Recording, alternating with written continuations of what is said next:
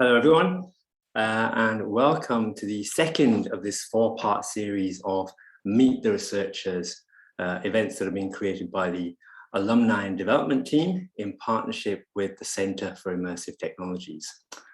Now, over the course of the series, we're meeting researchers who are working with state-of-the-art virtual and augmented reality technology here in Leeds. And my name is Faisal Mushtaq. I'm an associate professor in the School of Psychology and the associate director for the Center for Immersive Technologies. And I'll be your host this evening and next week as we go over a diverse range of content covering some of the biggest issues in society today. So earlier this week, we focused on healthcare with Mr. Ryan Matthews, a neurosurgeon here in Leeds. Tonight, we're focusing on education.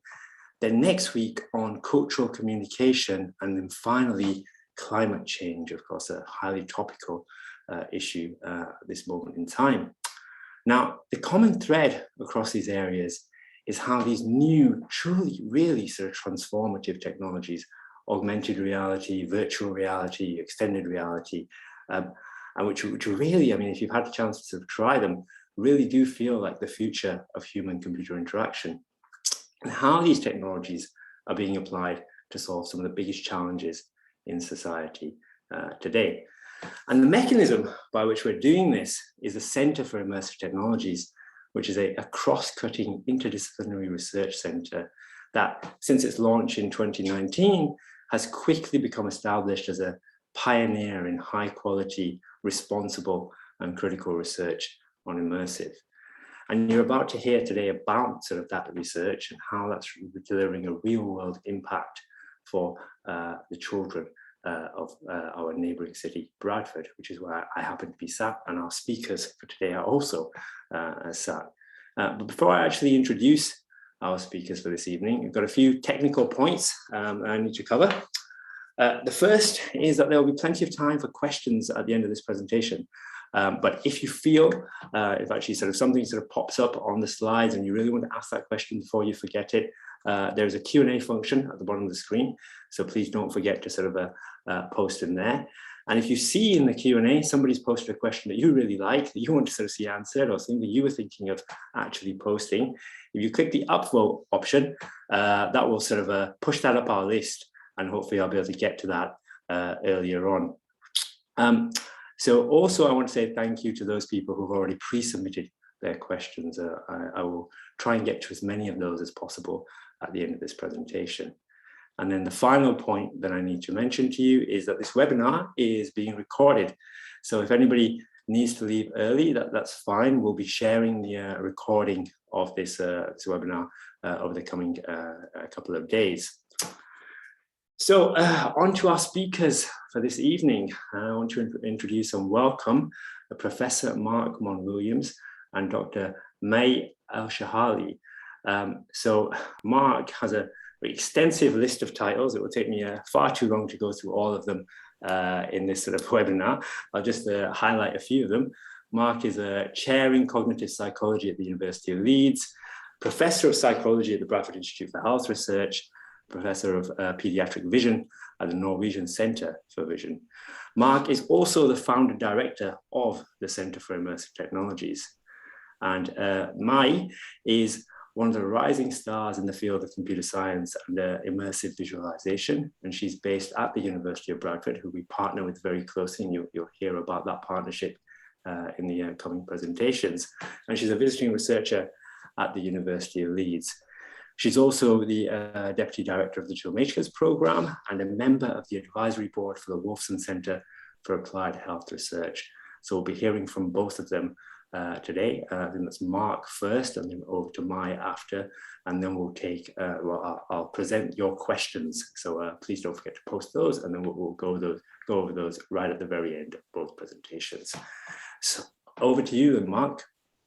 Thanks so much, Faisal, and just to say what a privilege and an honour it is to be today and just talk about some of the work that's happening across the West Yorkshire district. We're University of Leeds academics, but our partners in the University of Bradford, such as Mai and other colleagues, are all coming together to tackle what we think are the most important research questions that exist within society today.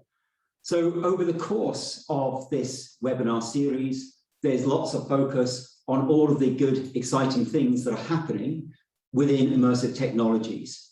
And you will hear about some of the revolutions in healthcare and transport, the way we can design new cities, the advantages in terms of cultural engagement that are afforded by these incredible technologies. But what we wanted to focus in on today was how these technologies can help us build a better society. And we desperately need to tackle some existential crises that are playing out across our region, across our country, and across the world today. So we are facing a non-communicable disease epidemic. Within Bradford, pre-pandemic, we had diabetes rates of 10.8%. Large numbers of our children are leaving school without good educational qualifications, and we have very poor social mobility. And of course, there's a large north-south divide. But last week I was in London visiting some of the disadvantaged communities down there in the southeast of England. The reality is that inequalities are blighting our whole country, and inequalities are bad for everybody. So the question is, how can we shift the needle on these wicked societal issues? And we need to shift the needle urgently, given the communicable disease epidemic we just experienced. So we know that the inequalities that are blighting our country were exasperated during the lockdown period. So we looked at a wide range of data, and the data paint a grim picture. As the tide goes out on the pandemic, what is left behind is truly frightening for the next generation. So this is a call to arms. How can we work together effectively in order to create equality across our district and improve the physical health, mental health, educational attainment, and social mobility of the next generation? And it's our belief that immersive technologies can play a large role in helping us realize the vision of creating an equal society.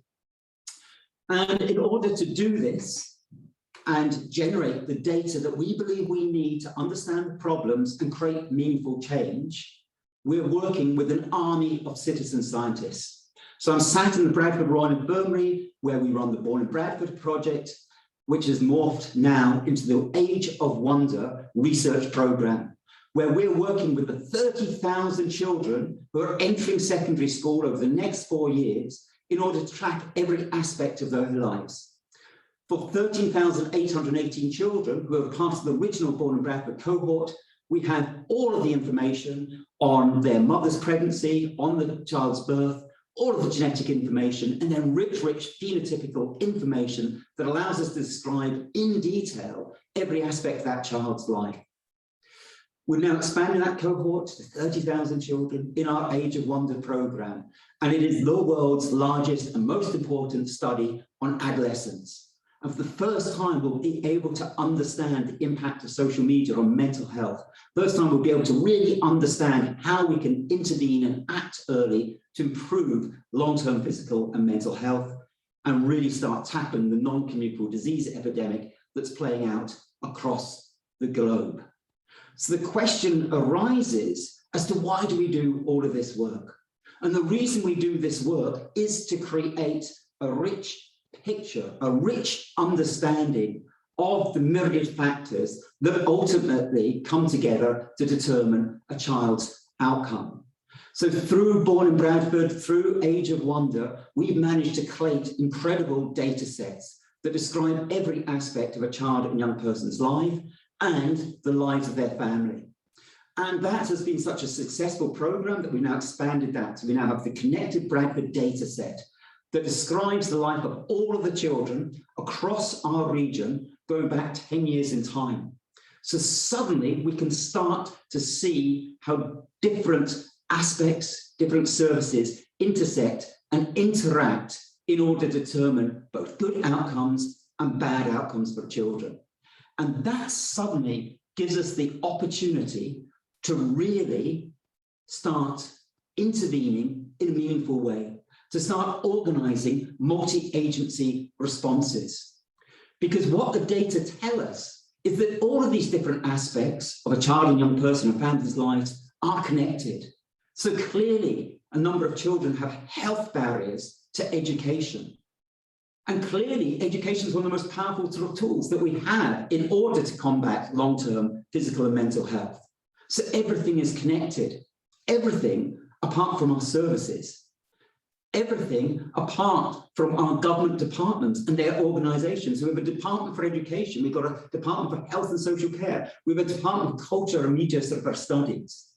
And it's right and proper that we have these degrees of specialization. But the question is, how do we start reflecting the interconnections between all of these various factors in order that we can provide holistic sort of support to the most vulnerable individuals within our society? And for us, the answer comes from using these data sets and putting these data sets together in order to allow policymakers to see how these various services and factors and systems interact and intersect. And what we're now doing is using immersive technologies to create rich three-dimensional models of places that allow us to show how different policy decisions impact upon the ground. So we can use our connected data sets to create rich visualizations of places and then run simulations to show how different policies change places in different ways. And this suddenly puts evidence at the heart of policy making. But the other thing that it allows us to do is start connecting with those very communities. So within the Bradford region, we've been working in a very disadvantaged area called Homewood. And we've been managing to pull all the data together that allows us to create that rich visualization of the different services, of different aspects of people's lives. And the real advantage to us of creating these maps, these representations, is that we can then not only engage with policymakers, but we can start engaging with communities. And we can start to calibrate our data sets and ensure that those data sets reflect the lived experiences of the communities. And we can set up meaningful dialogues between policymakers, both local and central government organizations, with the communities that they're serving. So these visualization techniques, these immersive technologies are allowing us to really start understanding the data, getting evidence into policymaker and empowering communities. And we believe this is the way that will drive forward the society that we all want to live within. So we can start connecting up communities with sort of our data sets. And we can start doing that at the very earliest point. We can start doing it with the children and young people. And this is why we're developing this army of citizen scientists. We're not just doing research with these children. We're doing research that's directed by the children and young people. So the children and young people are telling us what are the most important things in their lives. And then what we can do is work with the children and young people to help them understand how the data that they're helping us collect allow us to start addressing those issues that are primary concern for them. And what this allows us to do is start really exciting conversations with our community, with our children and young people about their digital rights, recognizing that in the next decade, probably one of the most fundamental aspects of human rights will be data rights, will be digital rights, about who's allowed to possess what sort of data that describe our lives and how they can use those data sets. And I'm hoping that in the chat, you will see the link that I put in here, which shows you how we managed to create experiences of the Bourne and Bradford data set within immersive technology that allow children and young people to really start flying around the data and start seeing how different aspects of the data cluster and how we can then use those insights to start driving interventions to improve different factors within children and young people's lives. But the other thing that this allows us to do is start empowering children and young people to use these digital technologies in ways that they want to use them. And this then is the foundation of our Digital Makers program that Mai's going to talk to us about, that allows us to start saying how we take an evidence-based approach using the incredible research infrastructure that we developed over this last decade in order to really engage with children and young people and give them the skills that they're going to need for the next decade, for the rest of their lives, in fact. Because 100 years ago, being illiterate was a barrier to getting the jobs of the future. We would argue that today, being digitally illiterate is going to stop you getting the jobs and positions that we want our next generation to hold. So the Digital Makers Programme is putting evidence at the heart of efforts to digitally upskill the next generation, give them their tools that they're going to need in order to tackle things such as the non-communicable disease epidemic and climate sort of change. So if I can stop there, I'm now going to hand over to Mai, who's going to be talking to us specifically about the Digital Makers Programme. So over to you, Mai. Thank you, Mark, and thank you. I'm really hoping that everyone listening to us today does agree that the landscape of opportunities for children, young people in Bradford is looking quite bright with the incredible infrastructure that you've just described. So the Digital Makers Programme is really part of this wider ecosystem of research infrastructure that brings about real change in people's lives, but it also brings an ecosystem in and of itself, bringing partnerships with local government, with central government, with different industry partners, including Raspberry Pi, Channel 4, Cisco, Dubbit, City Fibre, and the list goes on. And really putting this evidence base coming from the Born in Bradford study, the Age of Wonder study, and all the other sort of work that is happening here in Bradford to the hands of the decision makers, both in central and local governments, in order to bring about this change to make to help us digitally upskill the entire cohort of secondary school students in Bradford, so including about 30,000, as you said, children, young people in secondary schools in Bradford. So this whole this incredible interest and investment in children, young people, and in particular with a particular focus on digital skills is driven by the understanding, a deep understanding from all of these parties involved, that the health of a person, of a young person, is not so much reliant only on the healthcare that they receive, but also on a complex interaction between different characteristics, including but not limited to the physical environment, the local and social and economic environment in which this child and young person is growing. And the social determinants of health have created a lot of different disparities in the way that the life outcomes of these children and young people can be determined based on these different factors, and particularly socioeconomics. But also we know from the literature, from evidence now, that, as you mentioned, Mark, digital inclusion and digital literacy is a huge what is now described as a super determinant of these determinants, because of the fact that a lot of these components that make up a person's well-being are almost now exclusively accessible online. So you have better jobs, better healthcare, better all of the services, even housing and other support services, but including also the computing skills that are needed for tomorrow. So all of these components bring about the real need for ensuring that every child and young person in Bradford is equipped in order to reduce these disparities and inequalities that are already plaguing our communities. Now, the problem is that this is a multifaceted issue because of the fact that we know that socioeconomics are causing people's life outcomes and health outcomes to be different. So we know, for example, life expectancy can be different based on your socioeconomic status.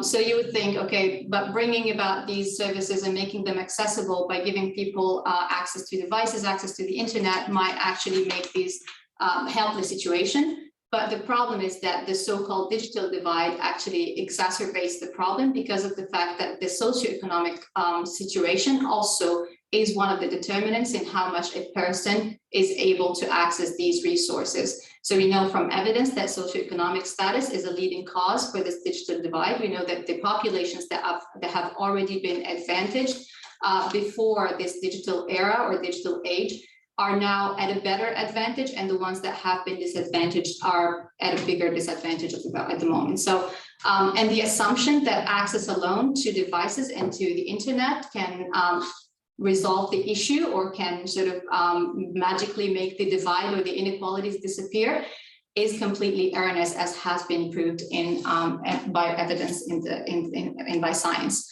And the reason that is because the access to technology and access to online resources alone is only one piece of the puzzle. But the digital divide is a really multifaceted problem that is made up of a number of dimensions, including cultural, psychological, and environmental dimensions. And we know that these can be further broken down to different factors at the intersection of these dimensions, including such things as cognitive skill building, ideas of self-efficacy, so people can perceive themselves as less capable of interacting with digital technology. Someone might think, oh, I'm too old, or maybe I'm culturally incompatible with these technologies. There's been evidence also showing differences in the way people interact with technology based on their language.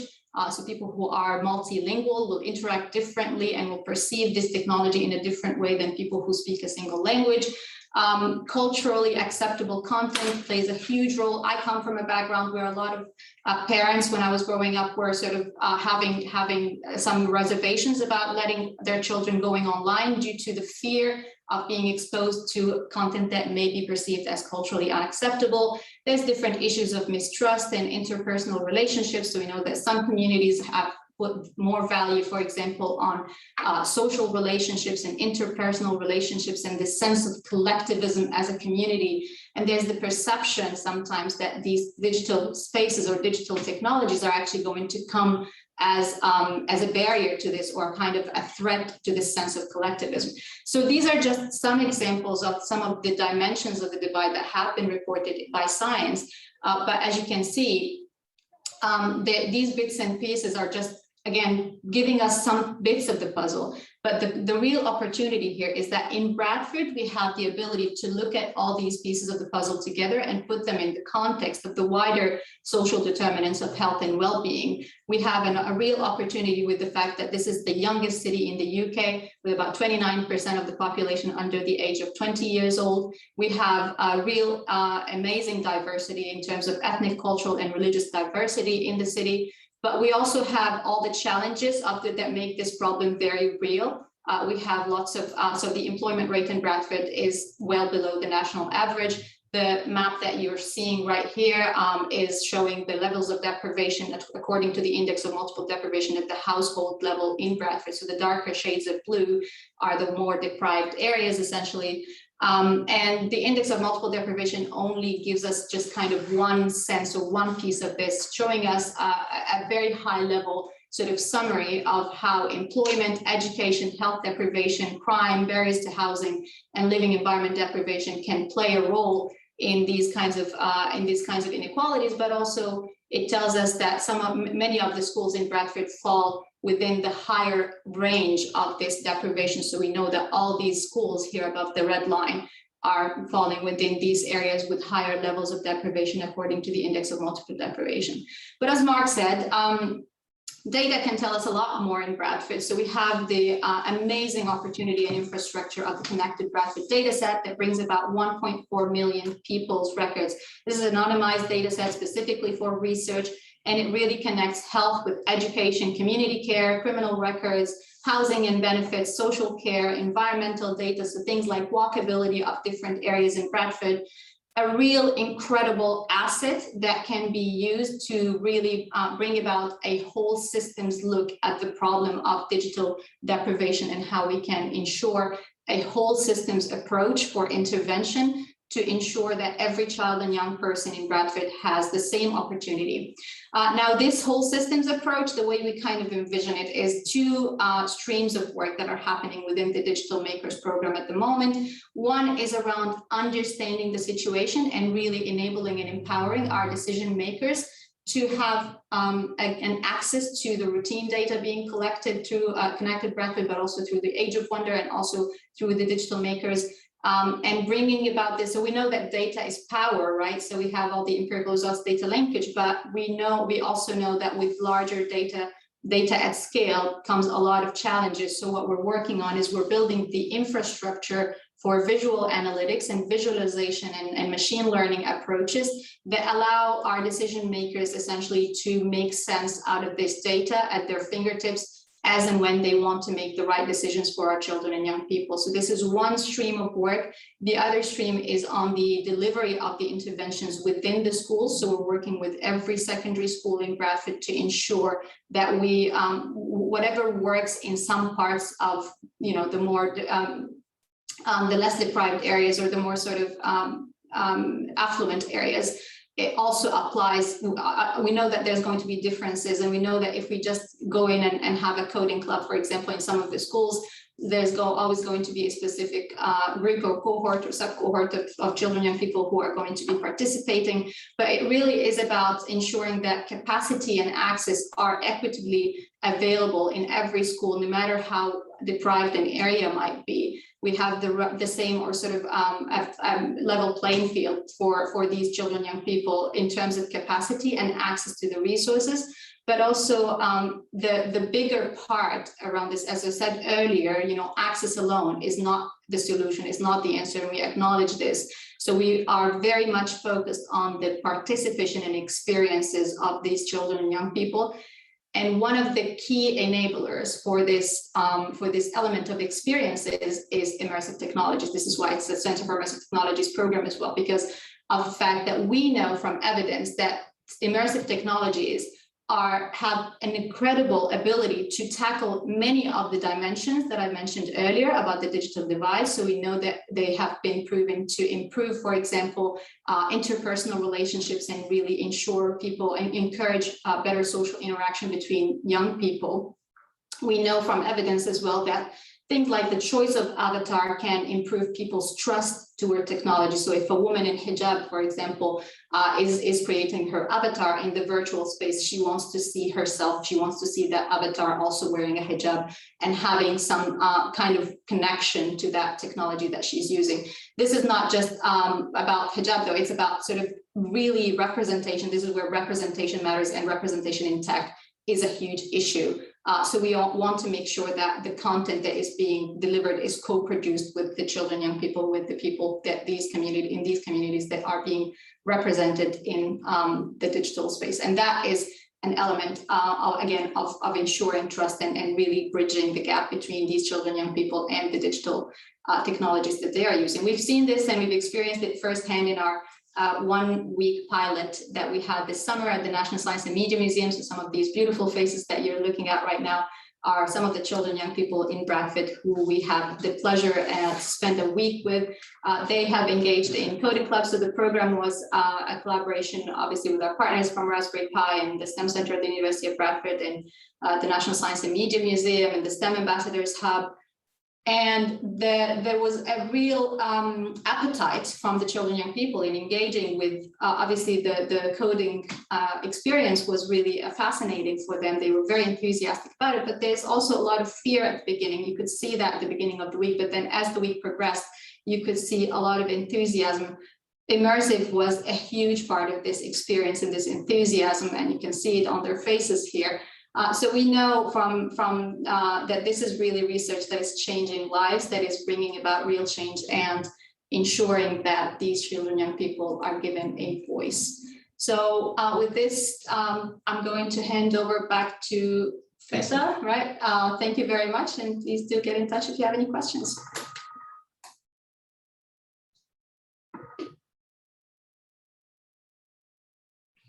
So Faisal, over to you.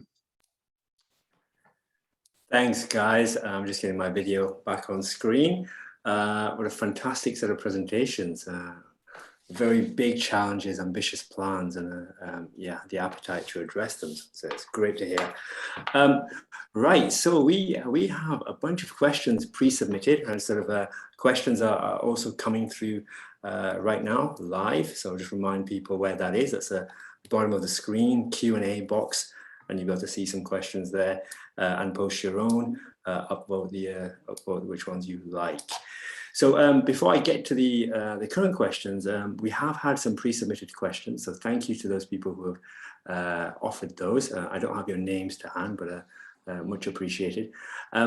So I'm going to kick off, guys, and I think either one of you is sort of capable of taking this one, I'm sure. How do you get school children involved in VR or technology in the early years? And I guess sort of what's been the approach there? My sort of gave some examples, some pictures there of people actually engaging. So what's your secret, guys? Everything that we do is co-produced. And that means getting all of the various sort of stakeholders around the sort of a table. When we're dealing with young people, the obvious stakeholders in the room are the families, but also our partners in education. So one of the things that we've done across the district is create an evidence active network of sort of schools. So in every school, we have a research sort of a champion who helps us disseminate findings, but also supports the research activities that we conduct within that sort of a school. But it is very much partnership sort of working. So we work with those primary schools, and what we do is we try and align activities that we do with curriculum activities within the schools. And often the schools will want us to go in and inspire the children, young people. So a lot of what we will do will be around STEM. So encouraging children, young people to think about the possibility of careers in sort of a STEM. And we run a number of workshops within primary schools where we'll teach them about immersive technologies and where they'll build their own headset and then start experiencing VR worlds. I would like to emphasize, Faisal, that we're not just about sort of a STEM. We tend to think about immersive technologies and all this sort of a fantastic sort of a digitization in those sort of terms. But for us, art and culture are at the very, very heart of what we're doing. So we work closely with Arts Council England. We have, and we'll hear about this in future webinars, great cultural practitioners who really drive forward a lot of this work. You'll see the work that we did, the link that's in the sort of chat with the artists to produce that representation that children can engage with to understand the Born in Bradford data. But also I'll ask our colleagues to put in the chat a link to a piece that Maya and I wrote for the Children's Media Foundation about the importance of sort of culture and about the potential to use these big connected data sets to start really getting evidence for what cultural activities, what artistic activities really are impactful on children and young people's lives. And of course, we're passionate about this because the creative economy is very, very important to us as a country, but also in this region. So this isn't just about teaching science and technology, it's also about giving children the skills that they're going to need to contribute to the creative economy, to give them skills they're going to need for filmmaking, for example, which of course is predominantly digital now. Mm-hmm. Yeah, thanks, Mark. So the secret here is also about sort of getting in early and sort of changing those sort of expectations for individuals too. So a lot of amazing work happening at primary school years there. So some fascinating sort of questions, really interesting questions have come through. Thank you to our sort of attendees. I'm going to kick off with one of these here on Born in Bradford. And whether that receives, so does Born in Bradford receive central government funding? You had a picture there of Boris using virtual reality.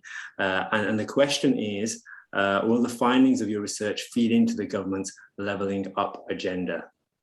So two bits to that. So the first is that most of the funding that we get comes from an organisation called UKRI, which is United Kingdom's research sort of infrastructure. So we get money from the Medical Research Council, we get money from Economic and Social Research Council. So that originates in sort of a central sort of a government, but then is a competitive process where research quality is awarded. So that's where the majority of our funding has come from.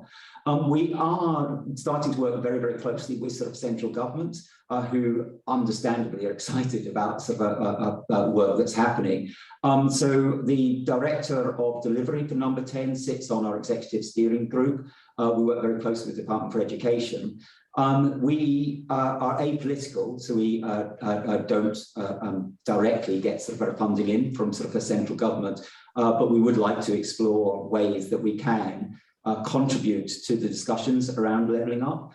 We are in discussions with central government on the levelling up agenda. Our argument is that what we really need to do to level things up, our argument is the divide is less between north and south and much more between our most disadvantaged communities and our more prosperous communities. Those inequalities, as I said before, are bad for everybody. But we believe that an appropriate strategy is working with our most disadvantaged communities to empower them, to lift them up. So this is the type of message that we are putting into central government, and hoping that we can shape the policies around that. Fantastic, thanks, Mark. So meanwhile, in the chat, Megan has very kindly posted the YouTube video of some of the one of the slides that Mark had on screen, where you can actually interact with some of the Born in Bradford data. And look at that. If you have a VR headset, fantastic. If you don't, you can still see that on your browser and get a taste of the visualizations and the power of that approach. And there's also in there a link to the article that Mai and Mark have written about digital makers. So Mai, over to you. I have a question from Elizabeth, which I think is around digital makers, around access issues. So many of the children will not have access to internet at home, which is definitely true for some of the children in Bradford. And how do you overcome this problem? Yeah, definitely, it's a huge problem, and not just internet. Surprisingly, that some of the stories we've been hearing during the Summer of Tech, for example, have been really eye-opening to me. So I've heard stories of children, young people who do have computers and do have internet in their homes, but actually do not have access to those technologies because of other life circumstances. So one story about a single mom who's using the only computer that is available in the house to search for jobs. So the child who's very interested in programming in Python is not really able to access that laptop, or not allowed to, because of the fact that is being used for something so vital, which is searching for a job for the single parent in the house. So there's definitely an issue of access, and we as we said, it's one piece of the puzzle, and we are working closely with our industry partners and with the different people involved in our steering group to look into how we can incorporate this issue of access. But there's also a lot of effort that is going on in Bradford. So the local authority has been provisioning a lot of devices, especially during the pandemic. So there's been a lot of efforts from the local authority, local government, into ensuring access to both computers and internet access in different homes in Bradford. We're hoping that some of this is already resolved, but obviously the main issue is that you can always provision those devices in a one-off kind of way.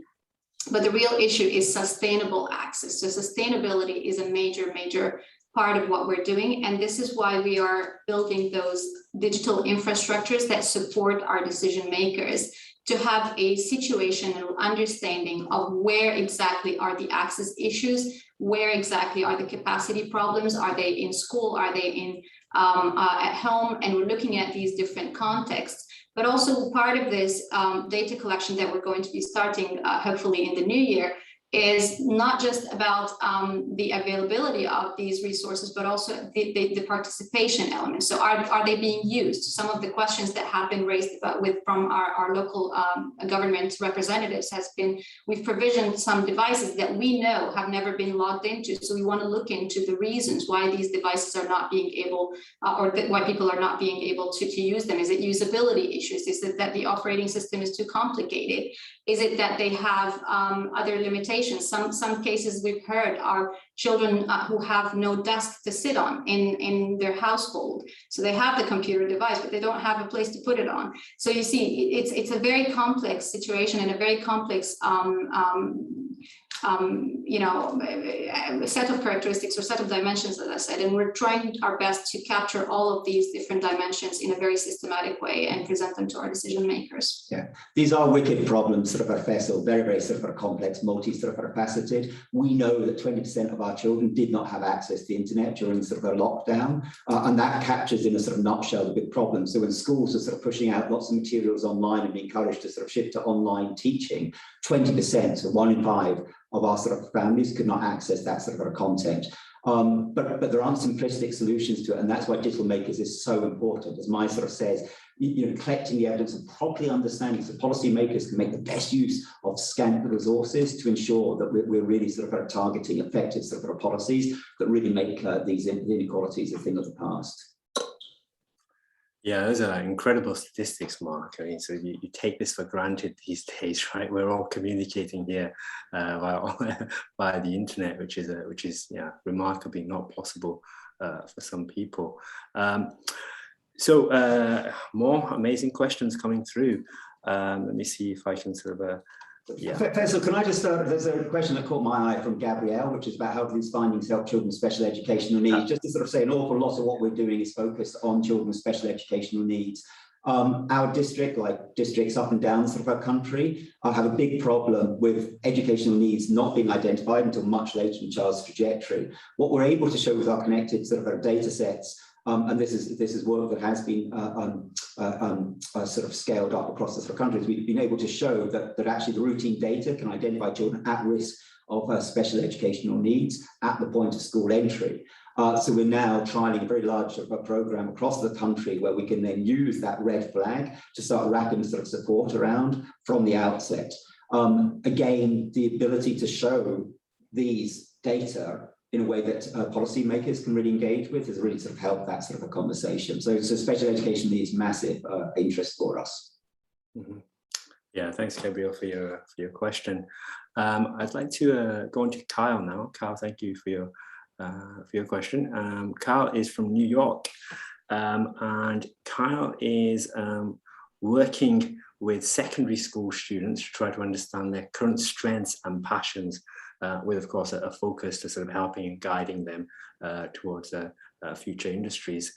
And given that a lot of future work will be in tech, is there any guidance you would offer to ensure students and their families are making the best decisions on what to study in university and be best prepared for future employment? So maybe I guess that sort of speaks to the longer term plans of digital makers. So that's part of the learning, obviously, that we're hoping to capture. So one huge part of the Age of Wonder and digital makers is really looking into pathways. So looking at the career outcomes and obviously health outcomes from the impact of these kinds of programs. So I'm afraid I don't have an immediate answer at the moment as to what kind of recommendations, because that would be kind of we're probably traveling through time and trying to figure out what we're going to find. But I don't know, Mark, do you have any thoughts on this? Well, I suppose it's a cliche, isn't it? But you can't be what you can't sort of see.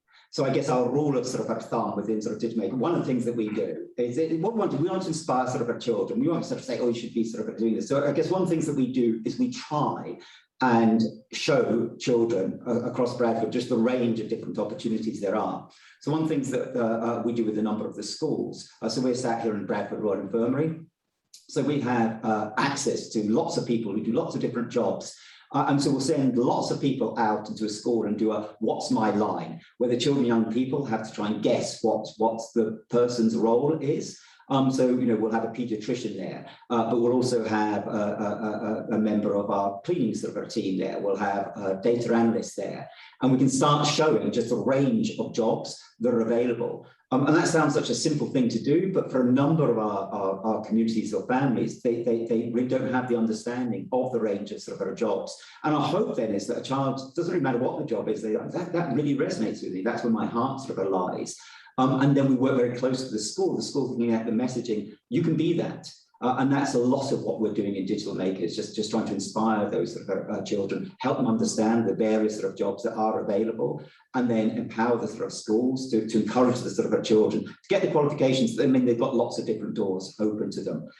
Because one of the biggest problems that we have in our district is that children at a very early age kind of disconnecting from school. And once they're disconnected, it's very, very difficult for them then to get the qualifications they need to get onto the next sort of stage. So the more we can keep children engaged with the education system, the better. And for us, that's another very, very powerful reason for using immersive technologies. The children really seem to click with those. Mm-hmm. Thank you. Joseph has come in with a very interesting question here around the use of VR and AR for higher education within our sort of team and the Centre for Immersive Technologies, I guess. You answer that, Faisal. I was going to take this one, yeah. So Joseph, we are in fact, as a Centre for Immersive Technologies, is a research centre, but as a university, as I'm sure you'll be well aware, we do research-based learning. So the idea is that our research informs our sort of pedagogical practice.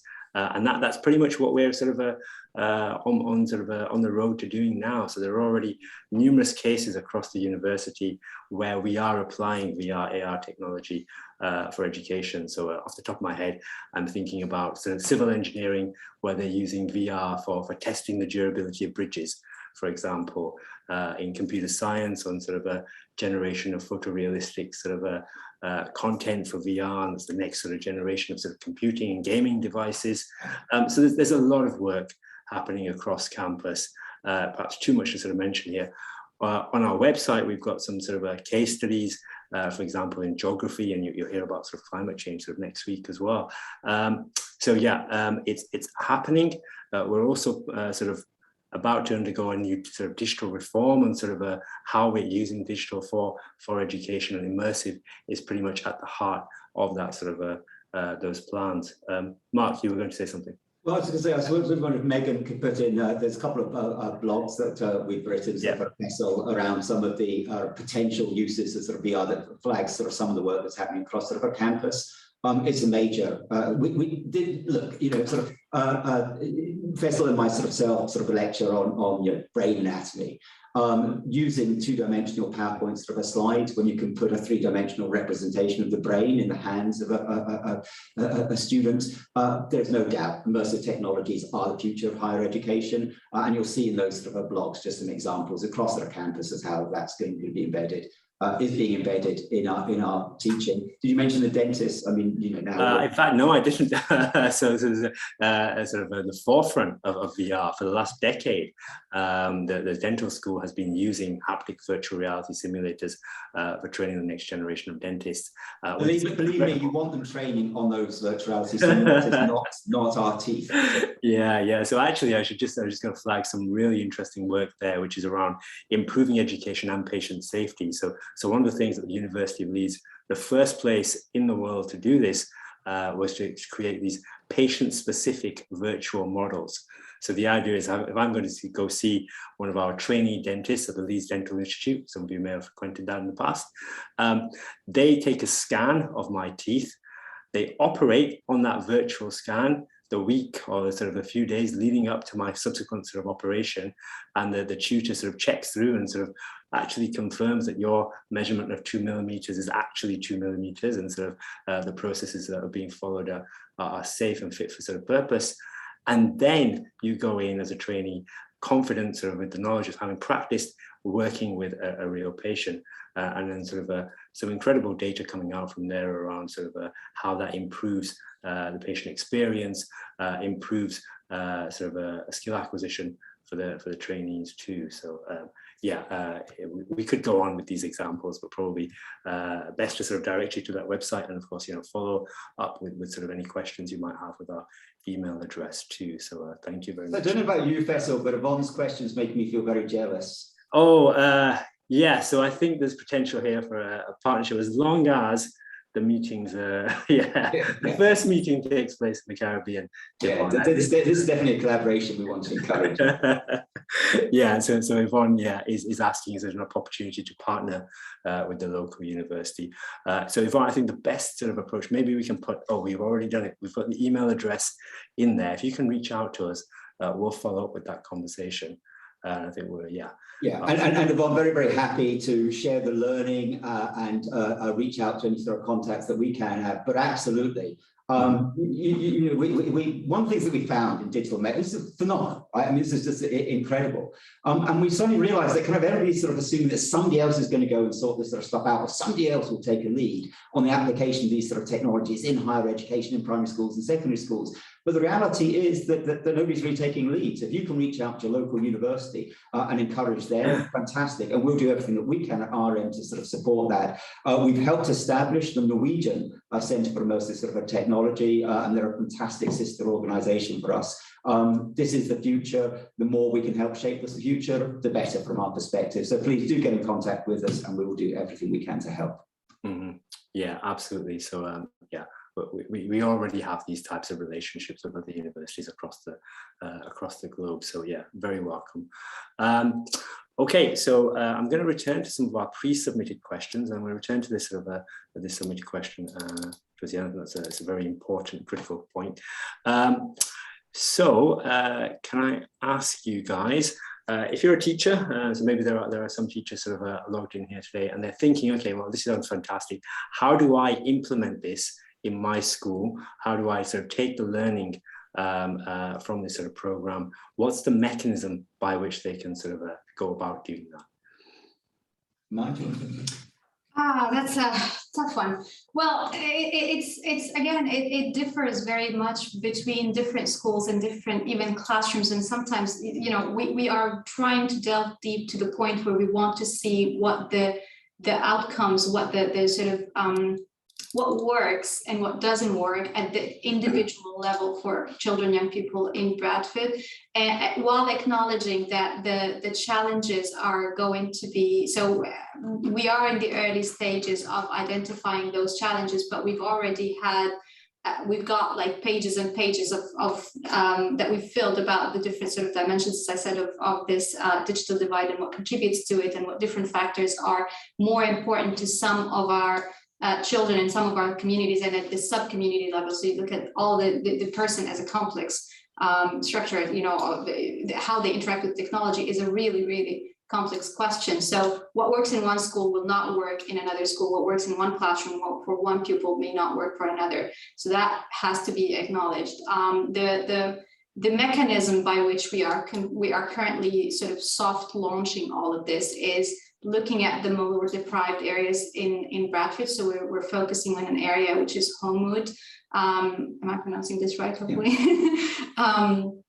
In which we're working with our school communities to, in partnership with Raspberry Pi, to begin introducing some of the coding clubs, but also looking at the different components that build the capacity for these coding clubs. So one key component is having equipped and willing teachers or leaders for these coding clubs. So looking at the capacity, not only from a physical environment perspective, so like from all the different digital infrastructure that is available in the school, but also including and most importantly, actually the human resources available.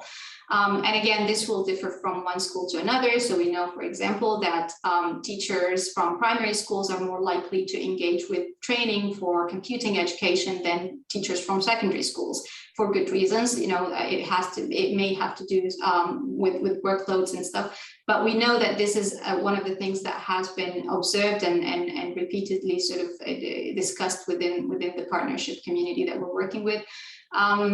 So it's really about bringing together these components, elements of capacity, elements of access, and elements of participation and experiences.